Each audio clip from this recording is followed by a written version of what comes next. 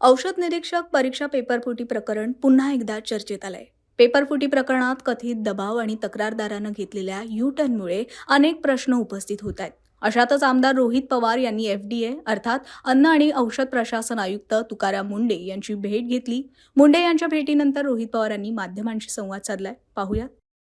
हा MPAचा विषय आहे आणि तुकाराम मुंढे साहेबांचं काम या विभागामध्ये खूप चांगलं आहे. अख्ख्या महाराष्ट्राला त्या ठिकाणी आणि मग त्यांना तीच विनंती करण्यासाठी आलो की आम्ही जे आपल्याला कंप्लेंट पत्र देतो आहोत, आम्ही समजू शकतो MPSC स्वायत्त संस्था आहे, मी तिथं काही बोलू शकणार नाही, पण आम्ही दिलेलं पत्र हे नक्कीच तुम्ही त्यांना पाठवू शकता. तुम्ही जर बघितलं असेल याच्या आधी सुद्धा अजून त्या लोकेश पाटील आहे, नंतर गौरव पाटील आणि ऋषिकेश दोन जे युवा आहेत त्यांनी एक पत्र तुकाराम मुंढे साहेबांच्या ऑफिसला दिलं 21 तारखेला आणि त्याच दिवशी संध्याकाळी तुकाराम मुंढे साहेबांच्या ऑफिसने MPSC आयोगाला ते पत्र आणि ते सगळे पुरावे पाठवले होते आणि तुमच्या लेवलवर तुम्ही निर्णय त्या ठिकाणी योग्य पद्धतीचा घ्यावा अशी विनंती केली. आज सुद्धा आम्ही जेव्हा चर्चा केली, तुकाराम मुंढे साहेबांचं मत आहे की सिस्टम म्हणजे सरकारमध्ये जे अधिकारी येतात ते स्पर्धा परीक्षा देऊन पारदर्शक पद्धतीने येणं फार महत्वाचं आहे. जर कुठल्याही परीक्षेमध्ये पैसा देऊन त्याच्या संपर्कातून एखादा व्यक्ती अधिकारी होत असेल तर उद्या जाऊन सर्वसामान्य लोकांना तो न्याय देऊ शकत नाही. ही भूमिका त्यांची जी आहे आणि आमची जी आहे ती नक्कीच समान आहे. आता आम्ही दिलेलं पत्र ते आयोगापर्यंत पाठवतील अशी आशा या ठिकाणी आम्ही करत आहोत. आता त्यांना भेटल्यानंतर आणि हे जे सर्व विद्यार्थी माझ्या बरोबर आले, हा त्यांचा मुद्दा. तिथे हे सर्व विद्यार्थी त्यांच्याशी बोलत होते, चर्चा करत होते, त्यांच्यावर एक विश्वास आहे, अधिकारी म्हणून त्यांचं काम चांगलं आहे, त्यामुळे सर्व विद्यार्थी त्यांच्यावर विश्वास ठेवून असतात. त्यामुळे चांगल्या अधिकाऱ्यांशी चर्चा करून या विषयावर बोलणं हे त्यांच्यासाठी महत्वाचं होतं, आम्ही करत आलो होतो. आता तुमच्याशी बोलल्यानंतर आम्ही लगेचच MPSC आयोगाकडे त्या ठिकाणी चाललेलो आहोत. आता मगाशी जेव्हा राष्ट्रवादी शरदचंद्र पवार यांच्या पक्षाच्या कार्यालयामध्ये मी प्रेस कॉन्फरन्स घेत होतो, मी सगळ्यात मिळून एक पत्र हे लोकेश पाटलाचं गौरव पाटील उर्फ लोकेश पाटील असा एकच व्यक्ती आहे. यांनी हे पत्र जे पाठवलं आयोगाला त्याची कॉपी तुम्ही आम्हाला दाखवली, की त्यावेळेस ती बघितली नव्हती. हे सगळं बघितल्यानंतर एक सगळ्यात महत्वाची गोष्ट आहे की ऋषिकेश गांगर्डे नावाची जी व्यक्ती तो जेव्हा ही कंप्लेंट केली होती या पाटलांनी, याच्या बरोबरच ऋषिकेश गांगर्डे सुद्धा तुकाराम मुंढे साहेबांच्या ऑफिसला आला होता. त्याच्याबरोबर MPSC आयोगाला सुद्धा गेला होता. काही मिनिटांपूर्वी ऋषिकेश गांगर्डे यांनी एक व्हिडिओ हा टाकलेला आहे.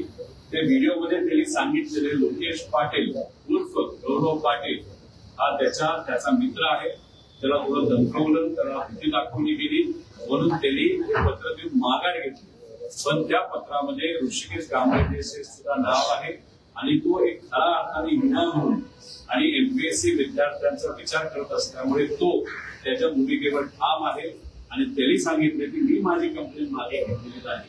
आणि हे जर तुम्ही नीट वाचलं याच्यामध्ये फार वेगळ्या वेगळ्या गोष्टी सांगितलेल्या आहेत. याच्यामध्ये तो सांगतोय की महिनाभर मी तपास करत होतो आणि नंतर तो सांगतोय की मी चेष्टा करतो. त्यानंतर तो तुकाराम मुंढे साहेबांच्या ऑफिसला आला, हा पाटील लोकेश पाटील गौरव पाटील जो कोणी आहे MPSCच्या कार्यालय मुंबईमध्ये आला. बरेच दिवस त्याच्यावर त्यांनी काम केलं आणि नंतर आता कुठेतरी त्याच्यावर दबाव आल्यानंतर तो म्हणतो मी चेष्टा करतो. त्याच्यावर कहर असा झालाय की त्यांनी असं दिलंय की आयोगाची 22 मार्च रोजीची परीक्षा झाल्यानंतर सदर प्रश्न टाईप करून तीच प्रश्नपत्रिका मी 20 मार्च रोजी ही पाठवली होती. म्हणजे 22 तारखेला टाईप करून 20 ला पाठवली. खरंच आहे, हा देवापेक्षा मोठा झाला, त्याला टाइम ट्रॅव्हल करता येतं असं आपल्याला म्हणावं लागेल. आणि याच्यात तो स्वतः म्हणतो की याच्यामध्ये काही पेपर प्रश्नपत्रिका असलेल्या याच्यामध्ये काही प्रश्न हे मॅच झालेले आहेत. आमचं हेच म्हणणं आहे ना, जो क्लासेसचा प्रश्नपत्रिका होत्या त्यातल्या 100पैकी 90 प्रश्न हे आयोगाच्या प्रश्नाला मॅच झाले. हाच आमचा त्याच्यामध्ये मुद्दा आहे. त्यामुळे ऋषिकेश पाटील का गौरव पाटील हे काय आमच्यासाठी महत्वाचं नाही. आमच्यासाठी प्रश्न हा महत्वाचा आहे की या युवांना आता जी शंका वाटायला लागली की एमपीएसचा पेपर हा फुटू शकतो, त्या शंकेचं निरसन होणं हे महत्वाचं. म्हणून आता आम्ही सर्वजण भेटण्यासाठी आयोगाकडे चाललेलो आहोत. आयोगामध्ये कोण आम्हाला भेटेल का आम्हाला आता सांगता येणार नाही, पण पुढच्या 45 मिनिटांपर्यंत आम्ही आयोगाला नक्कीच त्या ठिकाणी पोहोचतो.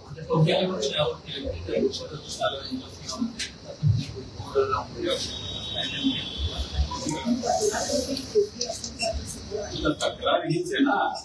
ऋषिकेश पाटील आणि गौरव पाटील आणि लोकेश पाटील हे असं नाव दिलेलं आहे, पण ऋषिकेश गांगेडे हा सुद्धा तक्रार करणारा व्यक्ती आहे ना. या माणसाबरोबर ऋषिकेश गांगेडे तक्रार केली होती.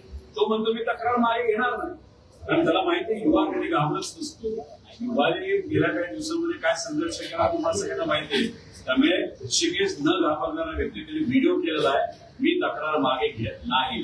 त्यामुळे मग आयोगाला हेच पत्र दाखवून आमचा टाइम वेस्ट न करता जो ऋषिकेश गांगेडे आहे त्यांना आता आम्ही जी कंप्लेंट करत आहोत हे सगळे जे विद्यार्थी आहेत त्याच्यातच त्यांच्यावर इम्पॅक्ट झालेला, त्यांच्या मित्रांवर, मैत्रिणींवर, बहिणींवर अन्याय झालेला आहे. हे लोक त्या सर्व विद्यार्थ्यांच्या वतीने तिथे लढत आहेत आणि आम्ही त्यांना पाठिंबा देत आहोत.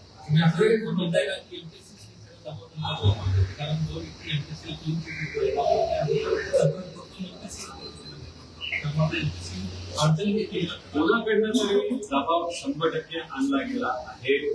याच्या आधी जेव्हा आयोगाशी काही विद्यार्थी बोलण्यासाठी गेले त्यांनी त्यांना डायरेक्ट सांगितलं, जर तुम्ही वेगळ्या पद्धतीची काही तक्रार करत असता, वेगळ्याच काही भूमिका घेणार असाल तुमच्यावर आम्ही कारवाई करू अशी सुद्धा प्रत्यक्षपणे धमकी दिली असं आम्हाला कळतंय.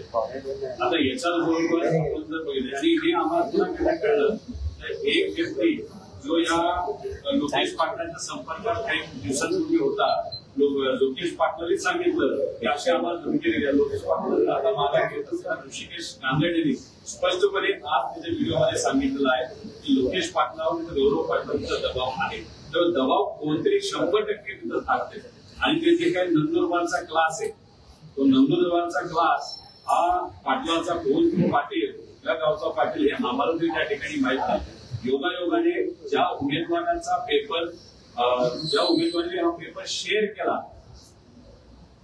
तो जो कोणी उमेदवार ती उमेदवार जे कोणी असेल ती स्वतः नंदुरबारची, तो नंदुरबारचा आणि हा पाटील सुद्धा नंदुरबारचा, हा क्लास सुद्धा नंदुरबारचा.